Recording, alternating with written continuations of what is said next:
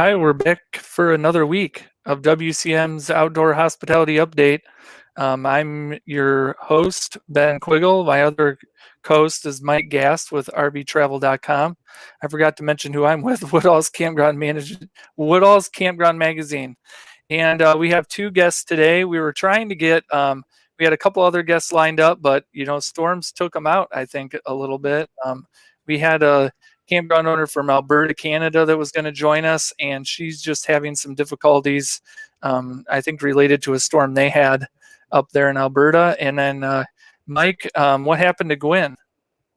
Gwen Wathen is the marketing director for recreational adventure company out of they've got 13 campgrounds all over the United States, and he's based out of the Mount Rushmore KOA Resort in Hill City, South Dakota. And last night they got taken out by baseball hail. So he messaged me last night and said he wasn't going to make it today because he's out there picking up trees and branches and dealing with a lot of campers with damaged RVs. So thoughts go out to them today. That's a rough way to go into Labor Day weekend.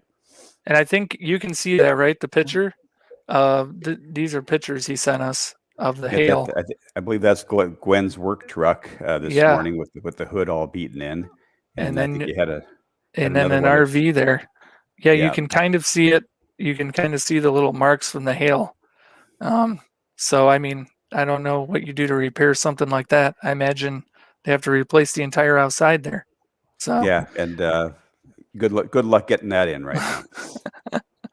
I haven't I haven't seen hail like that in a while. I live in southern Michigan and we get hail every once in a while, but I saw some pictures of hail the other day that were about the size of my fist, and I don't think I've ever lived through something like that. I can't imagine what that's like. So that's gotta sound good in a trailer. But joining us are live on air guests are Barb Krumm, from Director of Marketing from Ocean Lakes Family Campground in Myrtle Beach, South Carolina. And I believe, if anyone's been involved with the National Association of RV Parks and Campgrounds or gone to any conferences, you'll probably have seen Barb. I know she teaches some classes at RVic, and I think you teach classes at other conferences too, right, Barb? I have. Wherever they're, I'm honored to always be asked and help if needed. So I learned a lot too. And how many sites? That's a mega park. So how many sites do you have at Ocean Lakes? We're family owned by the founding family. We have just under a mile of oceanfront camping, 0.8 of a mile.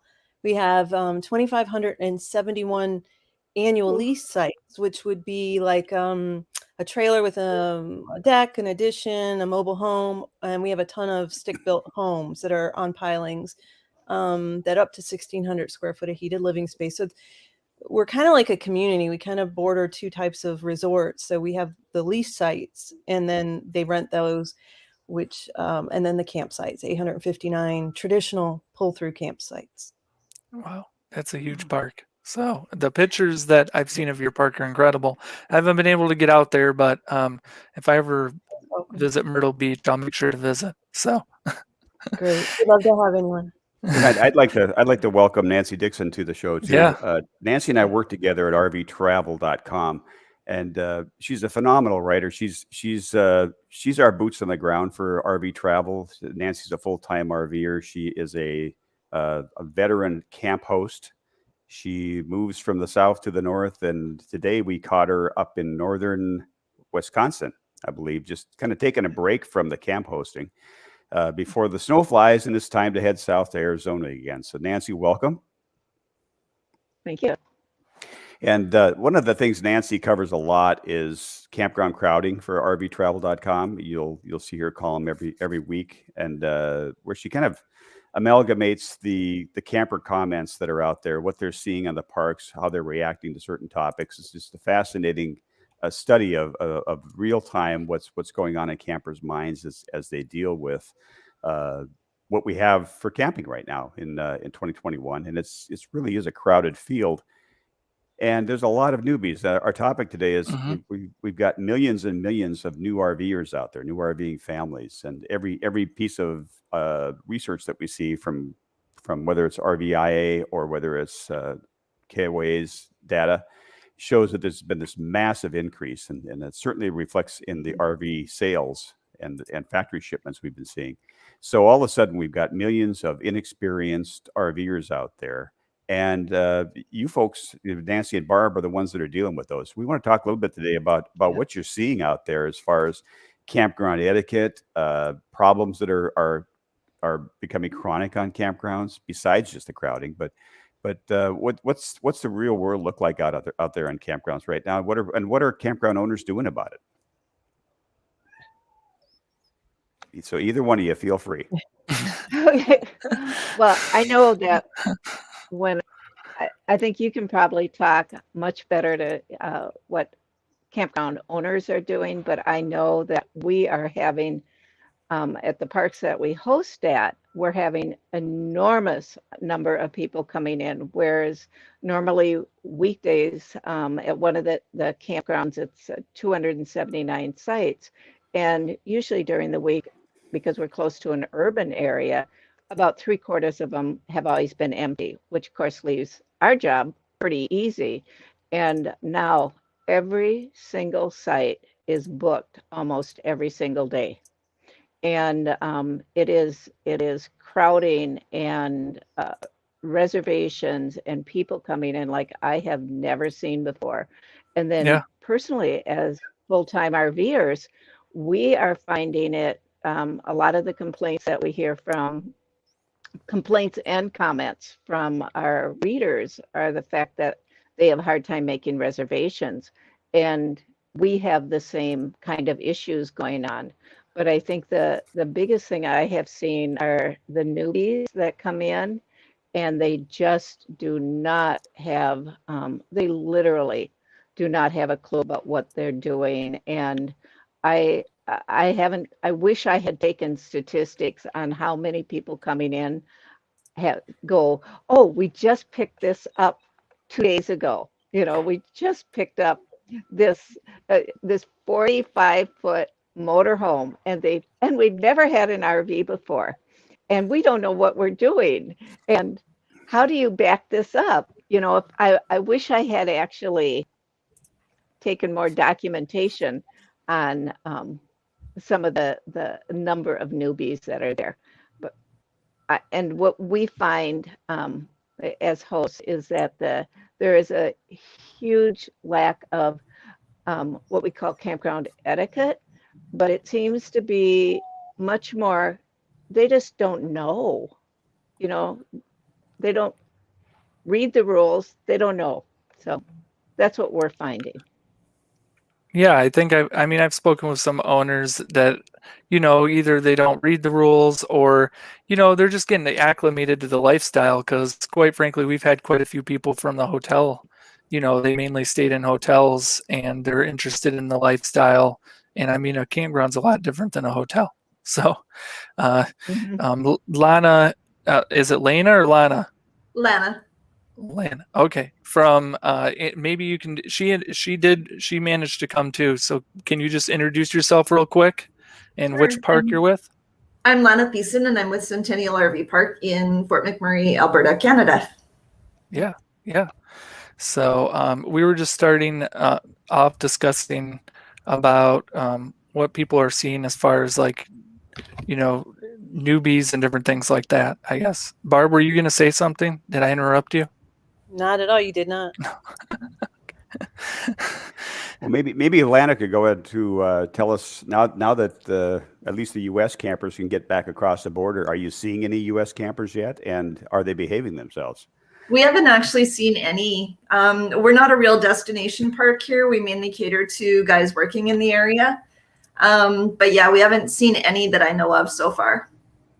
What's the so if you're dealing with domestic with the Canadians up there, are you seeing the same thing we're seeing down south, that the parks are crowded with the locals? Yeah, but we're really lucky here. The park is really quiet. The people are really good. It's like Nanci was saying, it's the people with the first timers. The biggest thing we see is people that are shocked that we have wild animals in the park. I've been asked to cage the bears. I've been asked to put leashes on them. It's just crazy. Well, Barb, Barb, you've obviously got a destination park there at Myrtle Beach. Are you seeing a lot of inexperienced campers out there now? Yeah, we've been seeing the trend for a little while now, but it really took off during COVID. And we love getting new people in, but there are definitely, Nanci really hit on the challenges that you see in the campgrounds. First of all, Americans love to have the biggest and the best, and they're not always prepared for that responsibility. They don't necessarily understand at first who goes on vacation and gets there and reads the policies, but yet, Yeah. I think most campground operators do not want to create more policies, but you sure learn and really labor over ones that you need to add. And we're just all of us are so inundated with communications now. So we've really struggled for a few years, and we now focus on trying to get the messages out through multiple channels. I think that's really challenging if you have a smaller staff. And I'll be honest, we have a very large team. I was a one-person department for many years. I started in 98, added a teammate about 6 years after that, and then split 3 in when we opened the water park in 2016, and then 4 in 2018. So it was really out of necessity for exactly kind of what Nanci keyed in on, and what we're discussing is the need to push information out in a friendly, encouraging way to mentor people, not only in campground policies. Don't drive across sites. Don't put your stuff to the edge of the road. Don't knock our bathhouse and gates over when you're turning a corner. Um, Please don't hit other people's trucks. I just think there's a lot of that. For example, anybody can go on to our site and link to, go look for comments. And I spent a lot of time this time of year responding to online reviews. Overwhelmingly, I have a great team and they're very positive, but there are definitely some angry people out there and frustrated people. And it can be simple as our power was glitchy all week, and we were really disappointed about that. And I think the first thing we spend a lot of time encouraging guests is, if you've got a problem, please tell us why you're here. Let us try and fix the problem, because oftentimes we're not necessarily aware that there is such an issue. And I think that goes back to, they don't understand their RVs as well. They don't understand all the power that their fifth wheel or their motorhome or their 45-foot toy hauler pulls. They just don't, especially when it's 95 degrees with 110 or 105 degree heat index. So when you've got 859 sites and they're all pulling power, we have a great relationship with the power company, and they come when we call, and we're fortunate. But there's definitely those challenges that impact the experience, and it's a huge concern for our team. So Nanci, Yeah, I think. Go ahead, Ben. I think that's what you touched on. Something I think that's really frustrating to campground owners is when they leave and then they have a review, a bad review, but they didn't complain when they were at the park. They didn't say anything, but like what you said, it could be electrical, it could be just something really small, and they never brought it up. And I know that's extremely frustrating to owners. And I know some owners are really good about going around and engaging with campers, but obviously if you're packed on a Friday and Saturday night, and if you have a low staff, which a lot of parks do, you're not always able to do that. So I think that's just extremely frustrating for the owners when it's something they could have possibly fixed, but they didn't know about it. So, Lana, does that happen to you at the park sometimes, or? Yeah, for sure. Yeah, we get a lot of that. Yeah, go ahead, Mike. So Nanci, I was going to ask, are you seeing more conflicts between experienced campers and new campers? What's that relationship like? Are they helping, or are they just in conflict? Well, I think that a number of the readers that write in on Campground Crowding, a lot of their comments are that The people coming in are rather rude. They don't know what they're doing. Um, they have loud music, all of that kind of thing. But one of the comments that I've been getting quite a bit is when we try to tell them something, they're hostile back. So I think the relationship between the newbies and the more experienced, depending on how you approach people, I think I am seeing this year and toward the end of last year, people tended to be a little bit more on edge than I have seen in the past. And my guess is it's been being pent up. It's COVID. We're out here. It's for the older, more experienced ones. My campground isn't the way I always had my campground, and I think they're frustrated. But yes, I'm seeing the interaction is generally not as friendly and happy. And I've noticed that in parks where usually people walk down the street and they talk and you make friends with people. There's some lifetime relationships that happen. A lot of the newer people are not acclimated to what that is and how you do it. As campground hosts, we're lucky because my husband's a talker and he sits right outside our right outside our motorhome. And seeing we're campground hosts, he talks to everybody.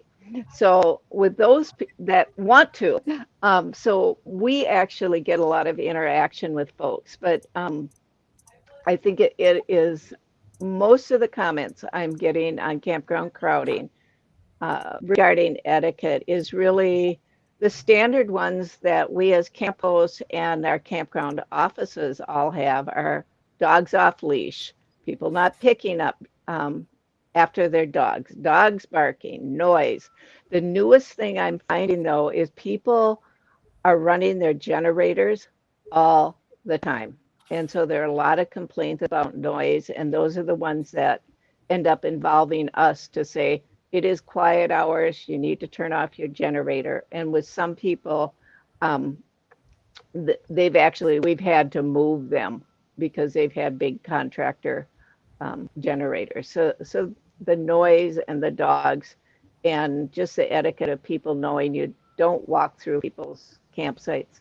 Those are the kind of things we're finding.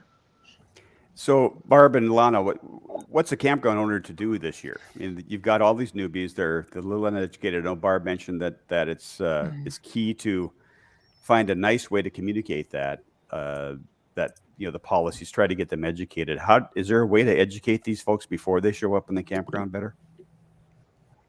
I think we try and focus on pushing information out in different ways, like I said. So it can be obviously in my team of 4 now. So we use video, we use blogs, we use social media, we use e-blasts. We're sending a ton more e-blasts than we've ever sent since COVID started, which I hate because people are so inundated with email. But we try and and it can be as simple. I would tell anybody, and I speak, in the Carolinas, we're a pretty tight-knit group of a very wide range of campground sizes from, 50 sites to 3,500 sites. So we all work together and learn from one another.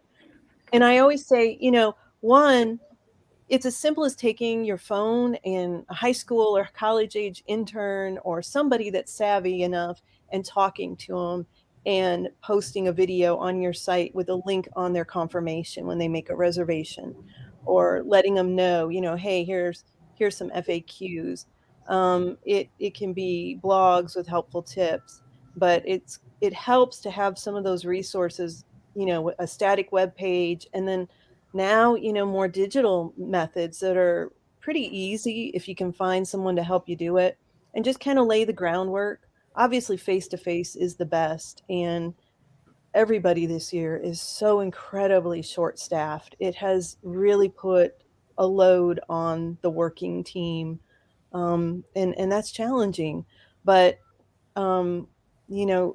encouraging them to communicate with your team and be seen is the other thing, with vehicles that are marked, name tags, radios, that you can, radio another teammate in your, a family member, whoever, to help with something.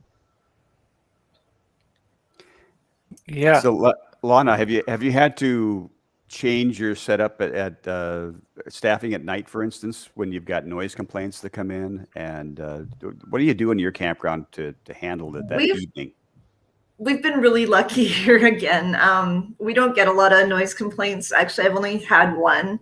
Um, and it's mostly me. I live here on site, so I've got a maintenance guy that helps me. And then I've got one other lady that lives out in the park that helps me as well. We're seeing a lot. We're always out and about. I've got the phone pretty much 24/7. I never take days off. So my husband and I just took over management last summer. So we're on a huge learning curve. We've had a huge honey-do list, and we're kind of learning as we go. And yeah, we find the face-to-face talking, like Barb said, is super, super important. And we find that works best for us. Yeah. I think, some of the nerves are up from camp. People seem to be a little bit more stressed out this year. I don't know if any of you guys are more stressed out this year, but I went to the Wisconsin Campground Owners Conference in March, and Mark Hazelbacker, their lawyer, did a great seminar on how to disengage people who are stressed out. And, I think campground owners have just expressed that they go up to talk with some of these campers and they just snap right away or start making scenes. I guess, how do you guys handle that when something like that happens, or if they leave a really long bad review? I guess what's the best way to handle something like that without making it worse, I guess? Don't all jump in at once. We get a lot of reviews, and there are definitely some negative ones. So I say to campground operators, I had one in Greensboro who I love. It was a couple years ago. He said, "I hate these reviews." I'm like, I totally agree, because you didn't ask for this. It just kind of came on us, right? It's one more thing. And then they keep creating more review sites and more digital things you have to monitor, which is just insane. I mean, it literally can take days sometimes if you get a lot of reviews. So, the one thing I say to campground owners, and I said to this friend and operator owner, was use it as an opportunity. So the first thing I try and do is I get really fluffed up. I take it personally because I've worked with the family and the founders for, years. And I think my team does a great job. We're human though, right? We all make mistakes. There's always miscommunication, but use the response to set the record straight, because people lie, they embellish. My husband always has this saying, there's 3 sides to every story: his, hers, and the truth. Right. And so I've learned to use it as an opportunity to point out maybe some wrong information and make points for good information, because people that read those negative reviews, this is your opportunity to kind of get something out there, but you have to take the platform into context. For example, TripAdvisor reviews, they post it, you respond. Generally, that's done. Facebook reviews or recommendations, they post it, you respond, they come back at you, and it can go down a very dark hole very quickly. And so your team has to understand, you or whoever handles it with you has to understand when enough is enough. And I think the first thing that I have learned, and I'm a people pleaser, but I have learned, is not every guest is a good guest. And you know what?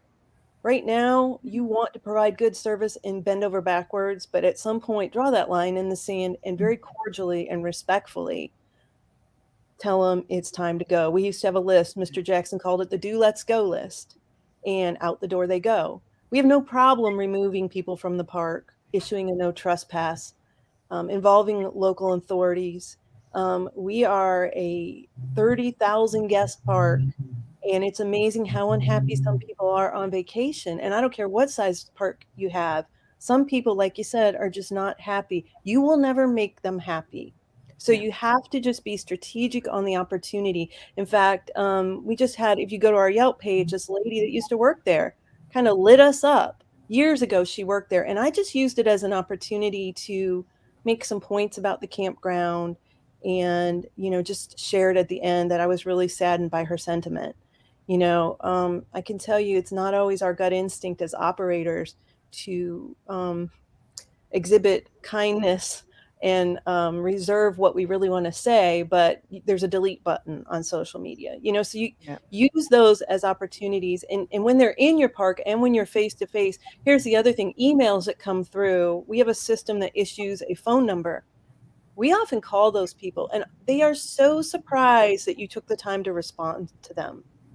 Their whole tone often changes. If they're reasonable people, they might have just been mad, tired, had a fight with a spouse, a kid that was acting up, a dog that barked all night, but a lot of times if you really reach out, they're pretty reasonable.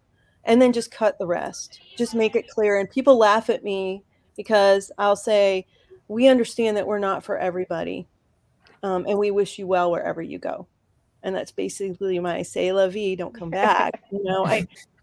We're not right for you. You're not right for us. There's not a review site for guests, although in Myrtle Beach, we kind of wish there were because they just go down the road, because there's so many big parks.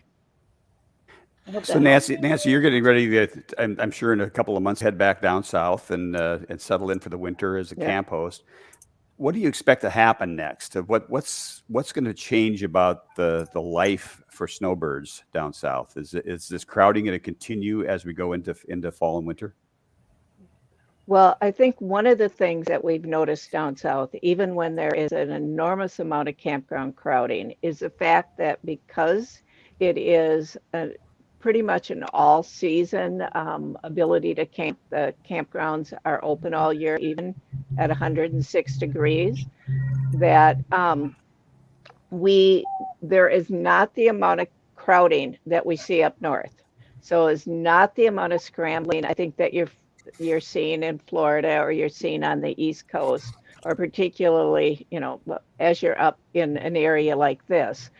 So down south there, at least in the Southwest, the scramble is not as bad.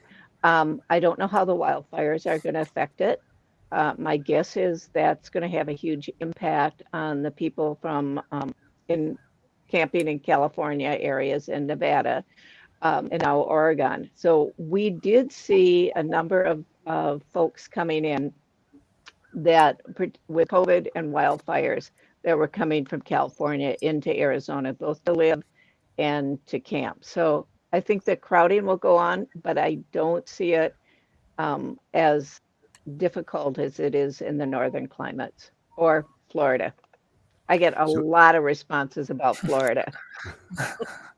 So Barb, you mentioned that it's a really tough year for staffing this year. How critical is it? And what do you guys do to make sure that your staff is ready for all these new issues that come with new campers? It's a lot of training. So there is, we have teammates that have been in our park for 30 plus years. The average length of work at Ocean Lakes was 15 years. The average age, I think, was 40 something when you averaged out. And it's from ages 16 to 85 that work there, or live there and work there, So there's a lot of training that goes on, and I commend the human resources and leadership. And it's been like that for years. And it doesn't have to be complicated. With COVID, you can do things digitally to prepare your team. But it's really hard to prepare when you need 70 people in food service and the most you got was 35. It puts a tremendous morale strain on your team. And by no fault of the human resources people or the owners that are trying to recruit, there's just not as many people in the work market. And then when you rely on students in a regional area, vacation destination area like Myrtle Beach, then they go back to school and you're stuck again. So the strain has been incredibly exhausting on the team, but they are amazing. And, we do a lot of free food. We do treats, anything you can do to lift the spirits of your team. We have what we call awesome checks. It's a $5 check they can use anywhere.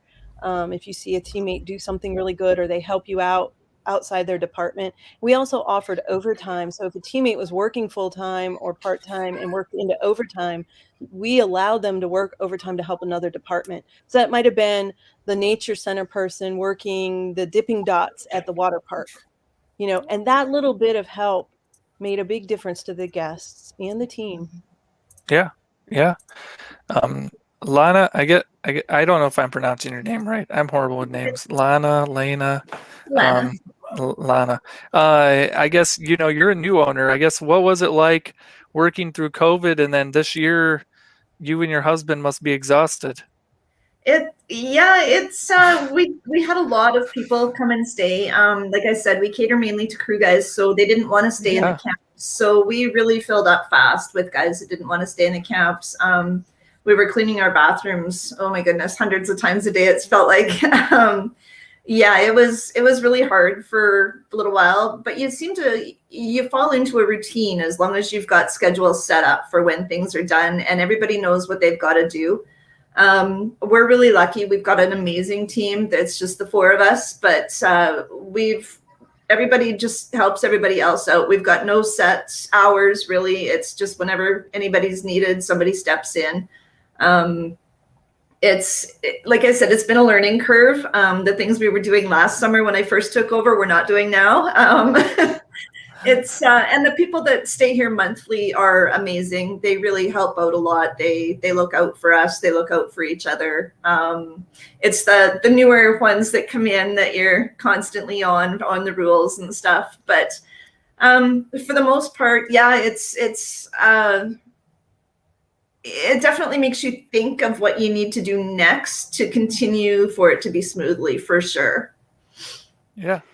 We had Chris Andro on last week.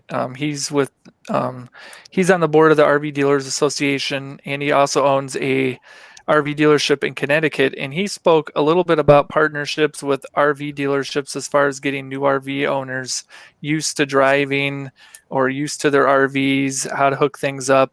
I guess, do any of you guys have had experience with something like that, or is that something that's worthwhile, I guess? We're about 5 hours away from the nearest RV dealer, so we don't Maybe have that not you, option. Lana. But I guess, Barb, do you do anything like that at Ocean Lakes, or? Yeah, they're I think because we have the RV dealership right on site, Ocean Lakes RV Center, that also sells and services primarily tag-along travel trailers and fifth wheels. They're not the motorhome market. Class A motorhome market wasn't our cup of tea, but there's plenty in the area. So our team there works with, kind of mentors them into their new RV.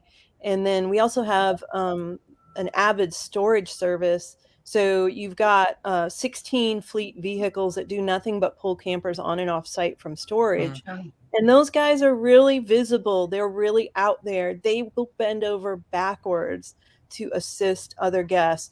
And it's kind of like what Nanci said, the longtime campers, they want to help. Mr. Jackson had the greatest way of pointing out the difference between hotels and campgrounds. And I love to share his wisdom because it really was, how often do you go into a hotel room and meet the people in the room next to you?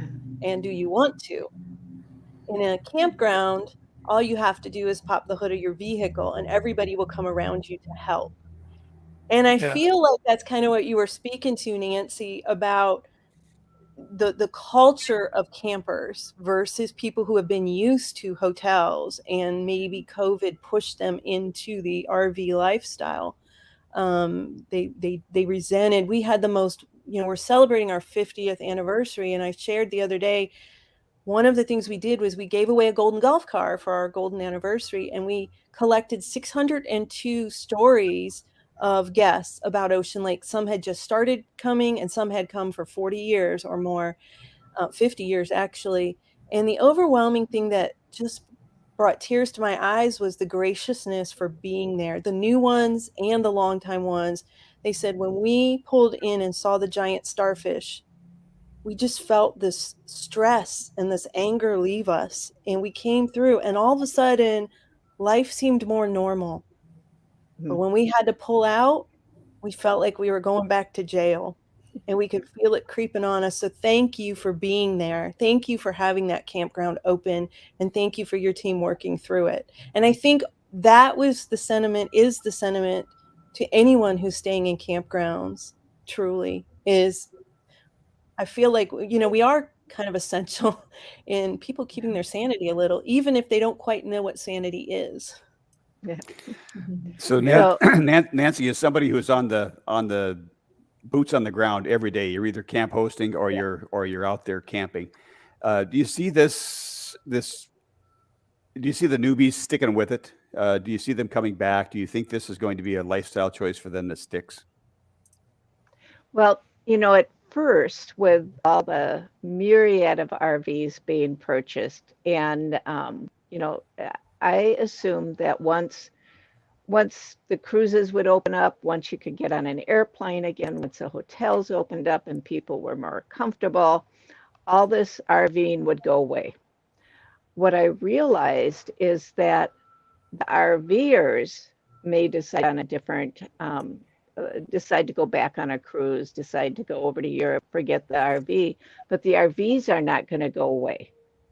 So I think there will still be a number, if not the same, but a number of people still RVing, whether it's the people originally that got them, that realize it's not the cheapest way to travel, particularly if you have a mortgage on your RV and now you're putting it in storage and paying for that. People are going, they may be making other choices with their money, but they're gonna put those RVs on the market, and another avid RVer, maybe who's not a newbie, is going to be very grateful for being able to upgrade to whatever thing they get. So I think it'll slacken a little, but I think there's going to be a lot of RVers there to stay.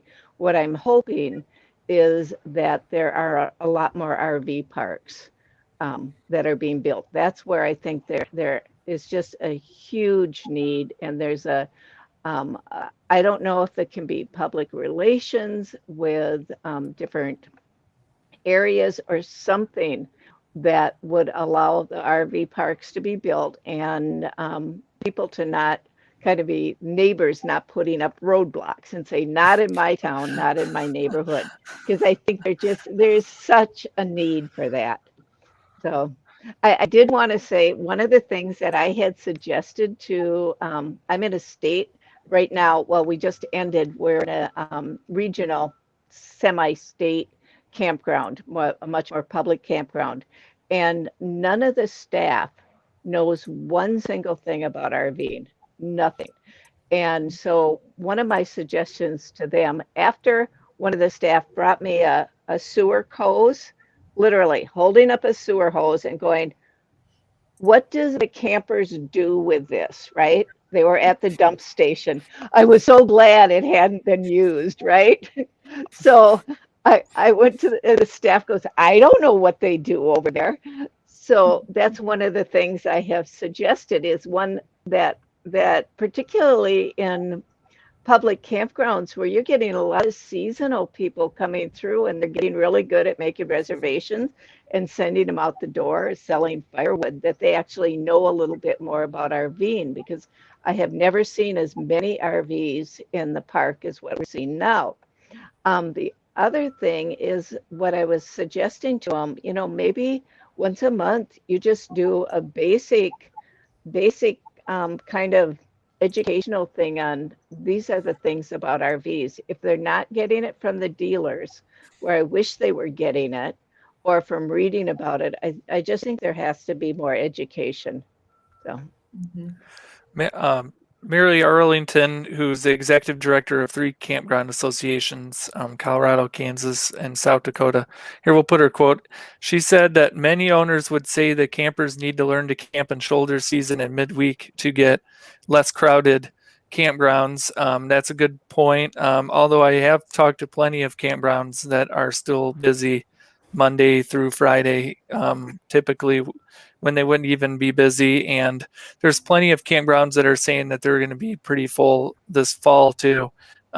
So it'll be interesting to see how long the campgrounds stay filled. On the encouraging side, RVic mentioned that there's going to be 50,000 plus new sites built this year. I think on the magazine at WCM, we're seeing just tons of developments all the time. There are communities that do put up roadblocks, but there are also tons of other developments that are going through, and from small to large. I mean, I think I just read one, it was 500 sites. So that's a huge RV park.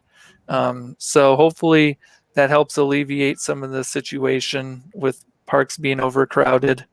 And it's exciting to see some of the families getting into it.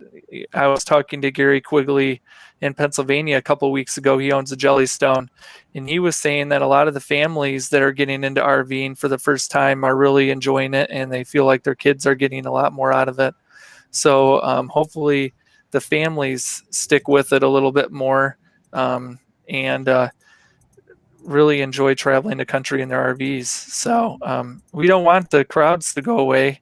We just, want to manage them better and make sure their experiences are really good. Yeah. So they want to keep doing it. So And still protect the relationship and the experience for those experienced RVers out there that are longing for the old days. The days of being able to pull up at 4:00 and request a site. The walk-ups, that's tough. And I know it still can be done, but you've got to have a lot of flexibility. Yeah, and I think we're going to do probably a show here soon about developments and maybe some issues that developers are running into as far as being able to get their zoning and permitting and everything, and the perception of what campgrounds are when they go in front of these zoning boards. Some of them get really good chances, and then other ones, it seems like the minute they mention a campsite, they got like 100 citizens with picket signs. So it's really interesting to see how that changes depending on which region they're in. So, and to Mary's point, I think that's where your state associations and your national come in. I mean, you really need to know your political leadership in your area. You need to be plugged in. There's not a lot of time for small business owners to do that, but that's where being part of a state association really can help connect you and lobby a little more to really educate them about campgrounds. Your political on the grassroots side of things. Yep. Yeah. Well, I think we're pretty much at the end of this show. Unless Mike, did you have any other questions? I know you're always have a ton of questions. So I just want to thank everybody for participating today. Yeah. And I think as we go along here, we're going to try and hit the topics that the industry, that the campground owners and campers were really interested in. I just want to thank all three of you for joining us today, because it really adds to the conversation.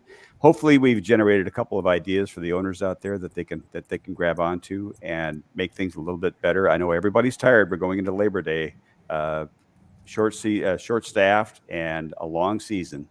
And for those seasonal parks that are leaning into the end of September, the end of October, keep going. It's almost over, and better days to come. Yeah, and I mean, I think a lot of campground owners really look forward to Halloween. It's a fun time at campgrounds if you celebrate Halloween and do stuff with campers, especially in the northern sector. So hopefully they get into the fall and enjoy the fall and then get a much needed break. So it was great talking with everyone. Thanks, Nanci, Barb, and Lana. And we hope that everyone has a good week and stays safe from wildfires, hurricanes, hail, and I'm sure I'm missing some other natural disasters that we've been hearing of, but it's just been all over the place. So stay safe. So thanks, everybody. We'll see you next week. Thanks for having me. Yeah, bye.